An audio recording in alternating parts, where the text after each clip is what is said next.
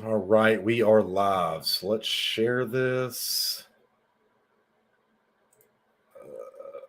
Boom, boom.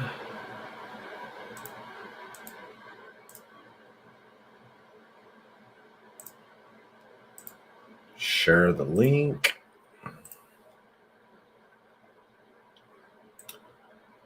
What's going on, party people? Hope all of you are having a great day. If not, oh well, suck it up.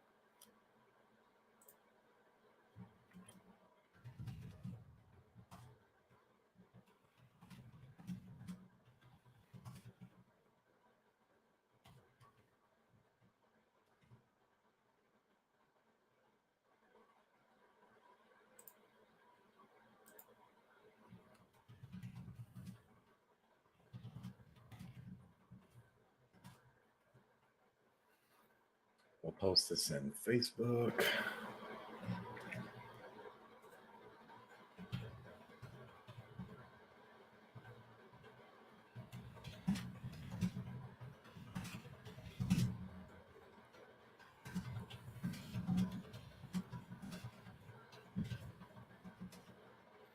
Call in with any questions. About time to bring some people on board to do this shit for me.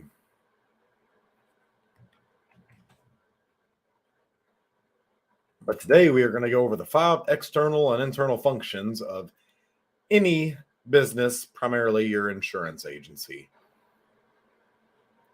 which is still a business. Got one more to post. Boom. We're done. All right.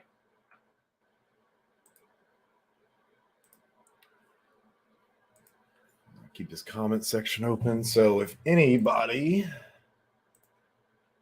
has any questions, you can call the number on the screen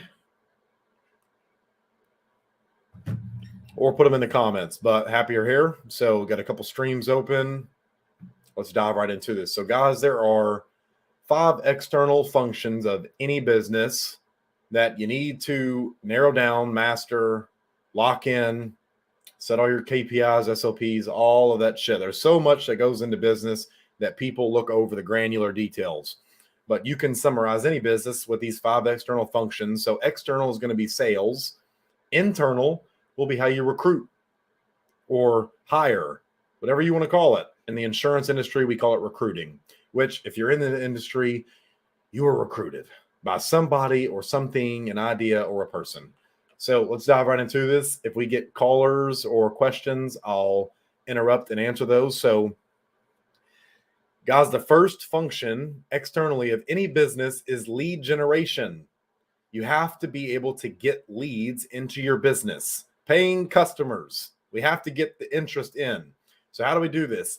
There are 5 ways to generate leads for your business. The first one is paid ads, which requires skills in and of itself, advertising, marketing, but you can pay a platform to disperse your message to multiple sets of eyeballs. You are paying for traffic. You are paying to get eyeballs on you, your product, your service, whatever you want to call it. You're paying for attention. It's not organic. You are paying Mark Zuckerberg, Elon Musk, whoever owns the platforms. I don't care if it's P-Hub. You already know the website.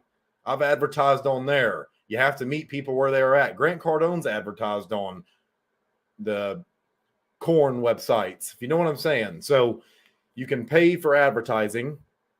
Next is media.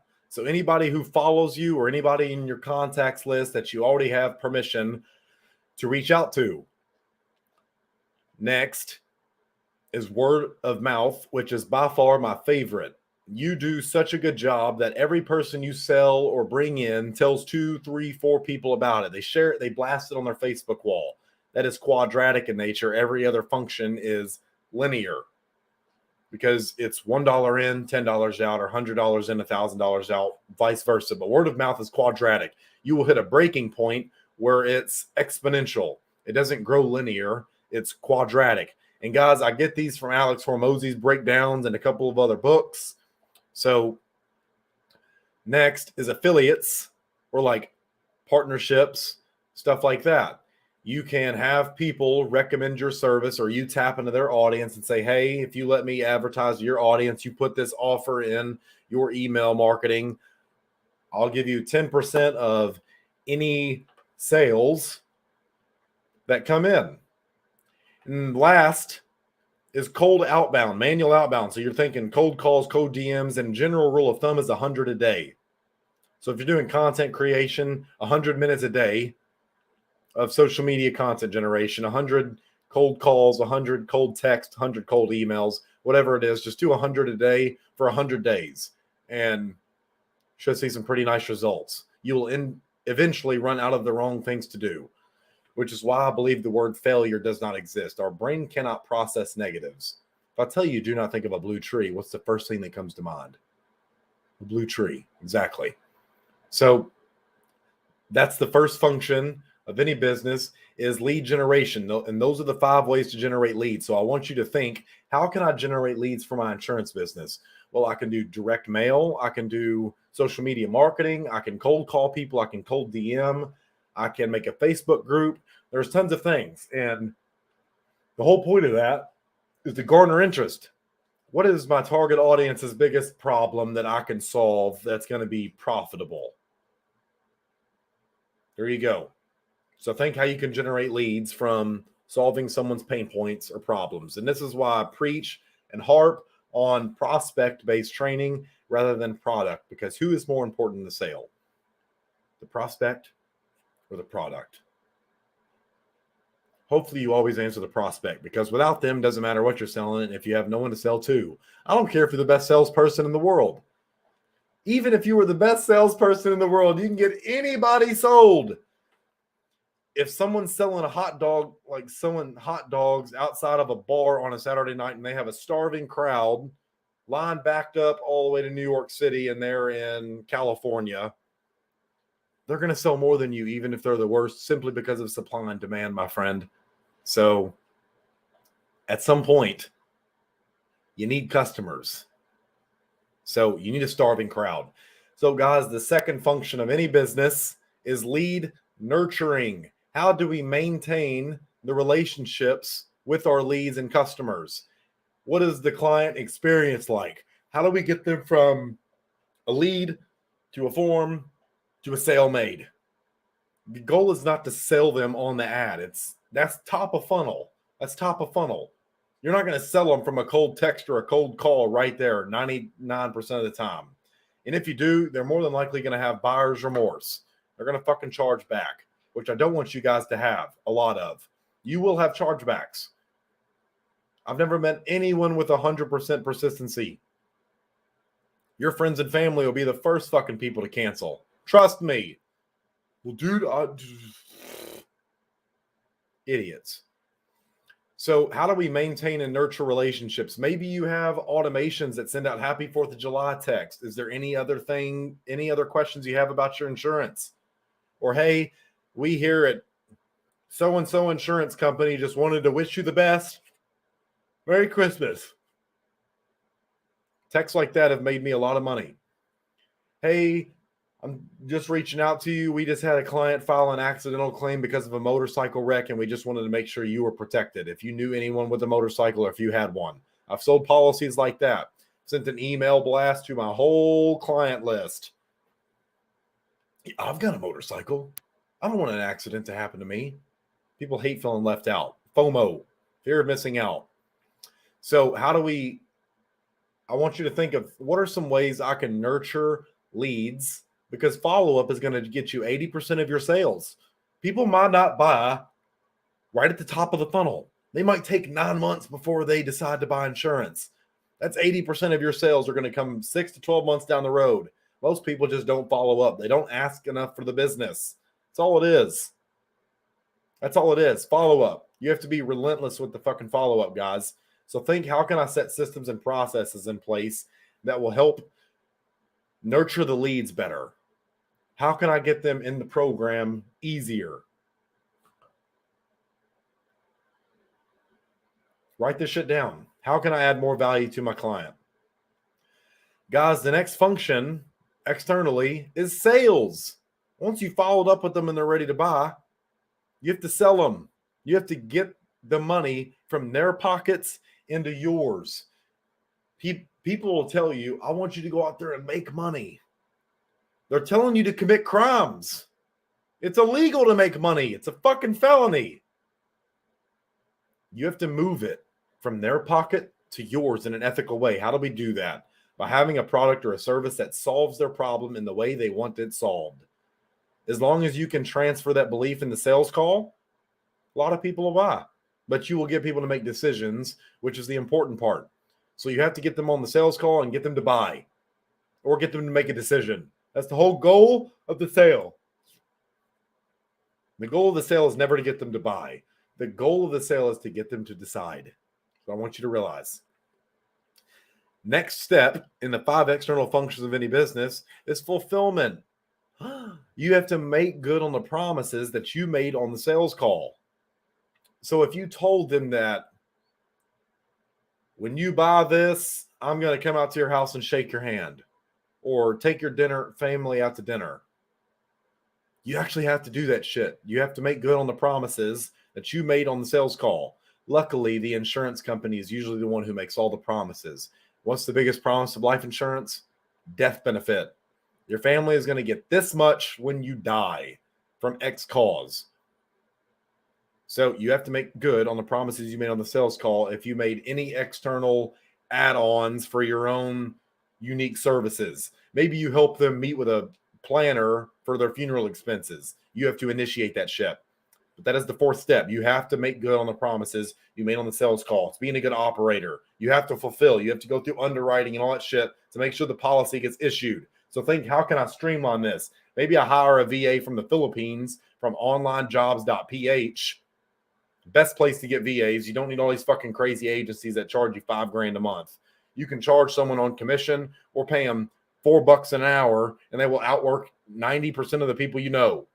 They're very hard workers over there. Why? Because our money is worth so much to them. Not saying whether that's good or bad, but take advantage of it.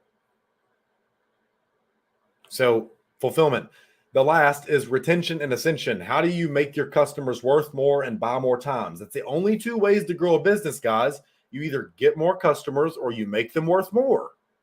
And the best people to sell to are previous customers. Why? Because they already know, like, love, and trust you more than likely. So tap into existing market. We want to increase LTVs. Maybe you sell them an accidental. Maybe you sell them a kid's policy a year down the road, whatever. You just want to increase the LTV, the purchase price, or the purchase frequency. How many times are they buying from you? How many referrals are they sending you? How long are their policies sticking on the books? So guys, those are the 5 external functions. Once you have a process for each one of them, you restart. How can I make the lead generation better? How can we make lead nurture better? How can we make the sales process better? And once you start with one, you have to go through the whole process, because even if you affect the lead generation, it's going to affect the retention and ascension down the road. It's cyclical. Very rarely will you affect one thing in the pipeline process or in the funnel, as I call it, that doesn't affect something else. If you change the sales process, you'll change the lead generation, you'll change everything. It all has to keep being fixed and fixed and fixed. And eventually you'll get to something that's printing you cash. Hopefully, if you're doing things right. But like I said, you cannot lose if you do not quit. Eventually you will run out of the wrong fucking thing to do. So those are the 5 external functions of any business. Now, this, guys, 5 internal. The same way you generate leads, you generate applications for employment to come work with you. You take the 5 steps and you generate applications. Damn, Jim got me worn out. So the same way you generate leads, you generate applications for recruiting them. Then what's next? You have to nurture the recruits. On average, it takes a top quality candidate 8 days to find a position. It takes most people 6 days before they even fucking reach out. So how can we streamline this? I'm not going to tell you. I want you to think for your fucking self. So write down your answer. Do something. Next, instead of sales, we have the interview. This is where we sell them on the opportunity to make sure they're a quality fit to meet the role expectations. Too many of you hire with a cognitive bias. Oh, we like the same things. They could be a terrible fit for the role. Oh, she's my best friend from high school. Terrible fit for the role. Doesn't matter. You're going to bring people on that you're going to later resent, and they will resent you for bringing them on to something that they had the wrong expectations about. You lied to them, whatever. Most of your uplines have lied to you. I already fucking know. I get 5 calls, 20 texts a day. My upline told me, what? You're saying something different. Welcome to the insurance industry. The life side, we're like the redheaded stepchildren. P&C are the classy people. Property and casualty people are the classy people in this industry. Us life agents, we're the mercenaries. We're the assassins. So, but I like that. I like comparing it to the 300 Spartans. So that's why I got my tattoo. You got King Leonidas, them kicking the immortals off the cliff. I need to go get this sleeve finished. But I like scuba diving too much, so I can't keep my ass out of the water for 8 weeks. But after the interview, now we have training. That is the fulfillment.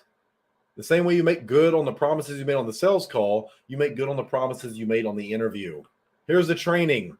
Then we have multiple parts of that. You have pre-boarding and onboarding. The amount of people that do not know there is a pre-boarding before onboarding blows my fucking mind.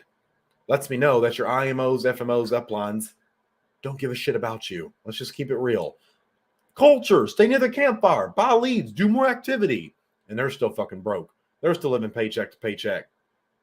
Quit listening to them. I want you to think critically. What is in their best interest? Why are they telling me to do this? They know I'm not making any sales, but yet they keep telling me to buy more leads, but they're not helping me work the leads. Why? Why would they do that? Do they even know? Most people don't even know where their fucking beliefs come from. So you have to challenge them. Challenge your uplines. What's the worst thing that happens? They tell you to find a new IMO? Good riddance. I don't want those fucking people around me anyways. That's why you should do your due diligence before you join any agency, company, IMO, whatever, private brokerage. Going independent. Going captive. Doesn't matter. Have due diligence. Do some fucking research. The world's not fair, guys. No one's going to always be transparent with you. No one's always going to be transparent with you. It cost me business to be fucking transparent. Well, my upline told me not to work with you, so I don't want to join your coaching program. Get told that all the time. Get told that all the time. It's fucking stupid. But if I get to help you guys out on here for free, at least I'm making a fucking positive difference in this industry. So it's more than most people can say. And then retain and ascend.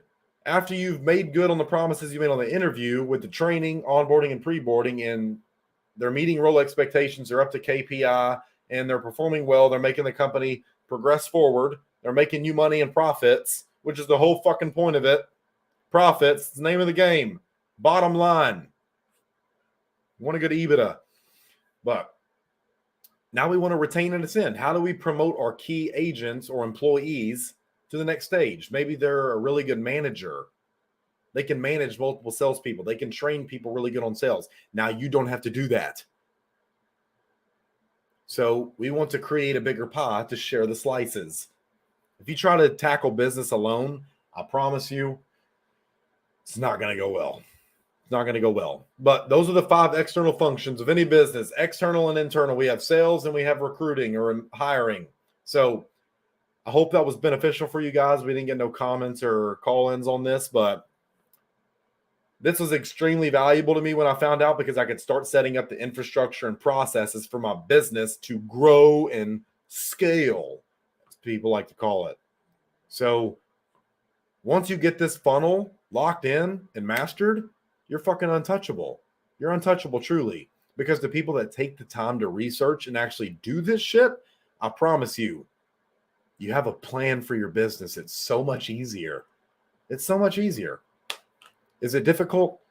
100%, but that's what makes it worth it. Because if you just got it without earning it, you're not going to value it. You'll build a business that you want to fucking walk away from. So guys, like the damn video, subscribe, share this with some other agents. Don't be fucking stingy with knowledge. This is how we rise up and collapse and destroy and fucking annihilate the bullshit propaganda and narratives and ideologies that go through this industry. People are telling you to build a 1,000-man agency your first day. What the fuck? Why are you recruiting people when you don't even know what you're doing? Drayton Smith, thank you for commenting, my man. Is $300 worth of leads enough to make a sale my first week? You're going to have to ask a very much more specific question because I don't even know what type of leads you're buying. If the leads are 50 cents and you spent $300 on 50-cent leads, I'm going to guess you got a shit ton of them. It's absolutely enough to make a sale your first week. Now, if those leads were $100 a piece and they're very high intent, but your sales process sucks, it might not be enough to make. Like, volume will be your friend at some certain points. It all depends on if you want to spend time or money more. If you have more money than you have time, spend your money. That's where advertising and shit like that comes in really clutch.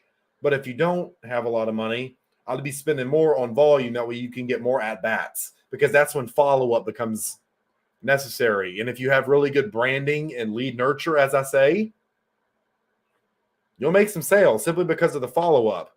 People will know, like, love, and trust you. It's all about adding value. The marketplace rewards value. Let me just say that. I don't care if you're the best salesperson on the planet. If you're not providing any value, you're not going to make any sales. So think about it like that. Digital leads are about $35 a lead. So if you spend, what is that, 9 leads, 10 leads that you can get, you should be able to close at least 1 or 2. Absolutely. Minimum. But it all depends on how the leads are generated. I don't know anything about them. But I know if I was working those leads, I would make a sale.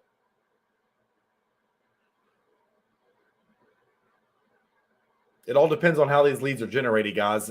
People will tell you all leads are equal. No, the fuck they are not. There are different levels of intent behind them. Someone's kid playing on a phone and accidentally clicks on your final expense ad is not a very qualified lead, if it's a lead at all. That's not even true interest. Someone who took the time out of their day to watch a 4-minute video about final expense and someone's grandpa dying, and they filled out a 13-question form and went through all the steps, that's a high intent lead, especially if they booked on your calendar. So I hope that answers your question, Drayton. But it all depends on the intent behind it and your process. Can you move them through the funnel? The goal is not to sell them at the top of the funnel. It's to get them to the next step. So if you have a 4-step funnel or a 5, whatever, I don't care how many steps. Simple scales, fancy fails. But qualify the lead, book an appointment, make a sale, get the business to stick on the books. So at the top of funnel, you call the lead. It's to get them to answer. After they answer the phone, our goal is to move them from the next step to qualifying. From qualifying to booking appointment. From booking appointment to showing up. From showing up to making them make a decision. And from making a decision, so making the sale, because as I've said, I have to fucking stress this. The goal of the sale is not to get them to buy. The goal of the sale is to get them to decide. If you sell fish to someone who's really wanting chicken, they're going to bring that shit back and say, this is not what I wanted. You have to solve problems in the way people want them solved. So think, how can I solve their problem in the way they want them to? And then from them making a decision, a yes or a no, that is a decision. I need to think about it. Then how long can we get them to keep that decision forefront in their mind from charging back? We do not want them to charge back. If you do quality business with quality clients, you'll have a very profitable business. I prefer organic marketing because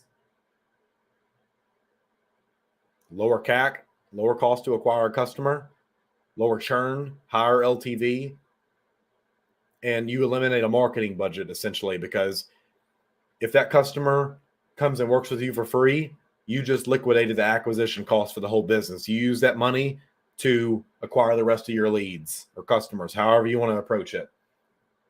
But I hope that answers your question.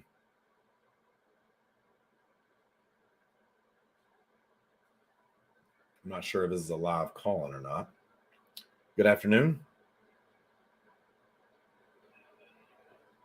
Hello. How are you? You calling in from YouTube? The whole insurance stuff. Yeah. Well, let's hear your question, man, so we can help some people out. All right. What's like the goal of the stream, man? I'm like kind of tired, but I just want to know what's happening. The goal of the stream? Yeah. Just to educate insurance agents, help them become more profitable. Oh, like insurance agents? Yes. If I want to become an insurance agent, what do I do? You go get licensed. Quick. Like, what kind of insurance agencies are there? There's life, there's property and casualty, there's health, Medicare. If the casualty happened, like, what, one of those shootings or something, and an insurance person would get involved? It's more, when I say property and casualty, that's more like a tornado picks your home up and drops it off in Kansas. Oh, okay. So think natural disasters. House burns down, whatever. But what happens if anyone dies? Then there's other insurances for that. They have certain riders attached to certain policies. There's not really a definite answer. It all depends on the policy. It's not a blanket approach at all. Is there like, okay. I'm just trying to get the picture. I'm just trying to understand. If I, like, theoretically join this whole, like, insurance thing, some kid dies or something, and there's, like, life insurance on him, how would that go? You'd help his family file the claim, and then their family would receive a death benefit if he had a life insurance policy. And as long as the application was all good, it would pay out, meaning no agent lied and the health qualification questions were answered truthfully. It would pay out. All right, then. I don't know. I just feel like, man, sometimes this insurance stuff just feels weird when I hear people talk about it. It absolutely is weird.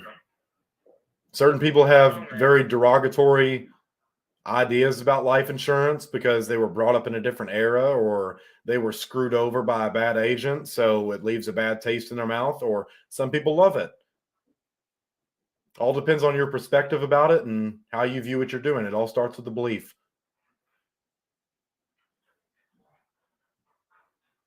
So, like, what do you do in insurance? I sold insurance for a couple of years. I sold life insurance for a couple of years, and now I coach insurance agents to build profitable businesses. So I'm more just on the consulting side now, unless someone else in the coaching industry or someone with a higher net worth reaches out to me, then by all means, I'll take the sale. But for the most part, I'll just give leads or anything like that to other agents I know to help them out. But my full-time gig is just consulting. You know, there was this guy I talked to like a couple of months back. He really didn't like new insurance guys. He kept talking about some weird cabal thing going on with insurance. I don't know. A weird cabal thing. Yeah.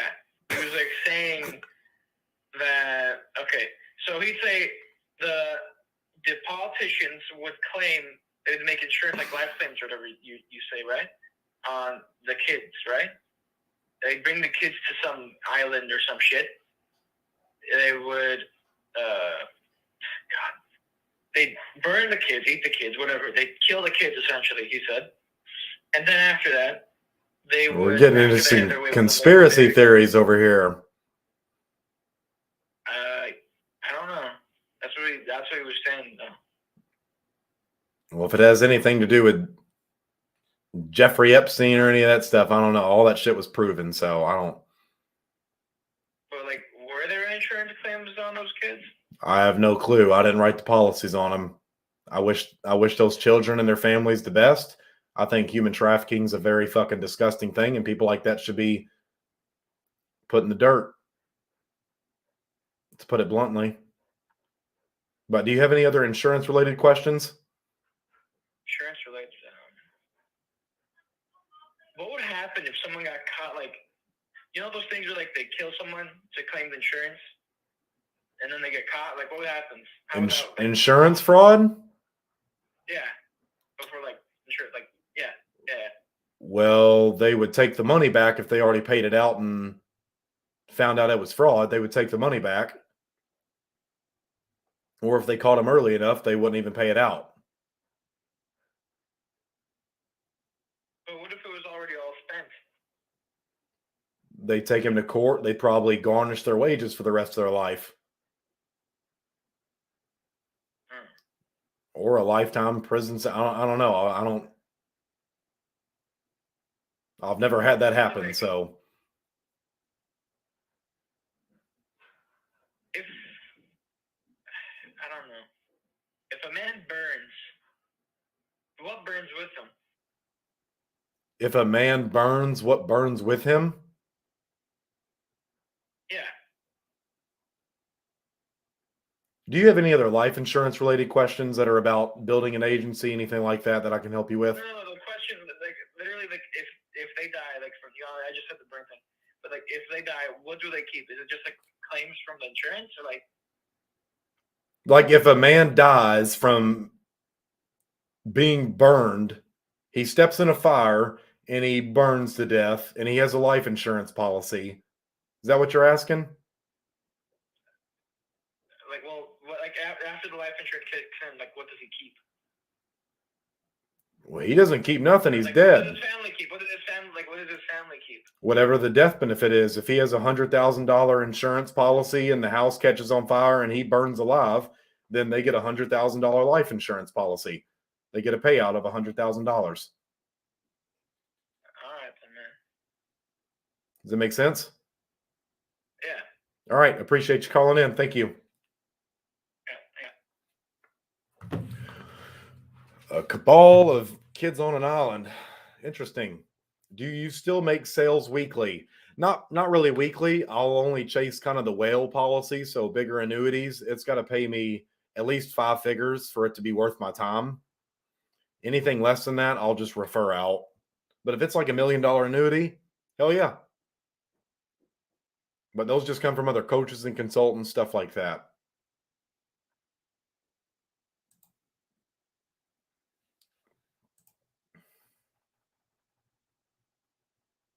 This call got weird quick. Any other life insurance related questions, sales, mindset, any of that? If not, we will end this, but at least you guys got the 5 external functions of any business and some interesting questions.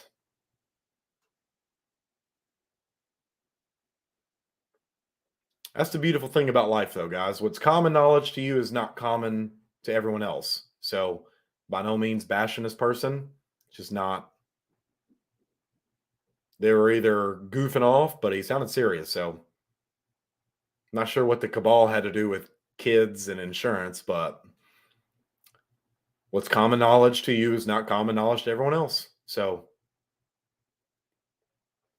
that's what I want you guys to understand about your clients. They know nothing about life insurance. You do. So you have to walk them across the bridge as if you knew nothing, and you have to get them up to speed to where you are as the agent. When you walk them across that bridge, that's how you build trust and you educate them. 9 times out of 10, those people will buy. You have to think, how do I get them from their shoes into mine? You have to help them walk. So we'll go ahead and end this, but hope you guys enjoyed the show, got some questions answered, and I will see you party people next week. So happy hustling, guys. Like, share the video on your social media. Helps me out a ton. Drop a comment, whatever. Make sure you're subscribed, and I will see you guys on the next one.